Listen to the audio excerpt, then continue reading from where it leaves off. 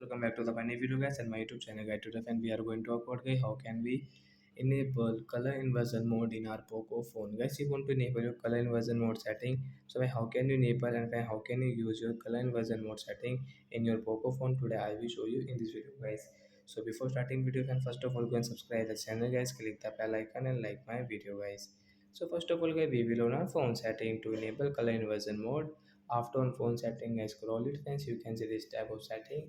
Then guys, scroll friends, you can see phone additional setting guys, tap here guys, click on your accessibility setting guys, click on the second option friends, you can see guys your accessibility menu setting guys, you can use from here. So you can see your vision option guys, tap here guys, you can see color inversion mode setting guys, tap here. Sorry friends, click on color inversion. As you can see guys, your color inversion setting guys, about color inversion. So when we will enable from this right side, and guys you can see after enable guys, this color will change into black, mean dark theme friends. You can see your everything will change in your phone. And guys, if you use any YouTube and guys if you watch any photos, so you can see guys this ghost like that guys, you can use this color inversion mode setting guys.